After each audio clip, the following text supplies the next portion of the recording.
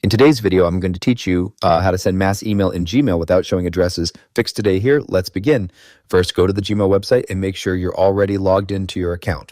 Once you're inside your inbox, move to the top left corner of the screen and click the Compose button to open a new message window. In the Compose window, click into the To field. Type undisclosed recipients followed by your own email address inside angle brackets. This makes the email look clean while keeping recipient addresses private.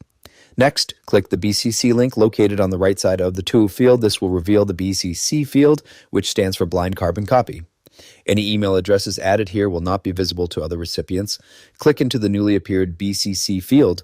Now type or paste the full list of recipient email addresses into this field.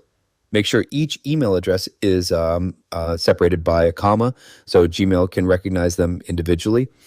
After adding all recipients, move down to the subject line and enter the subject of your email.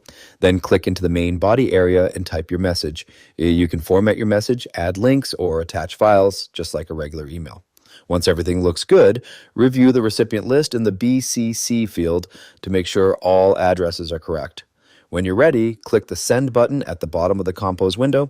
Your email will now be delivered to all recipients without revealing their email addresses to each other. Congratulations!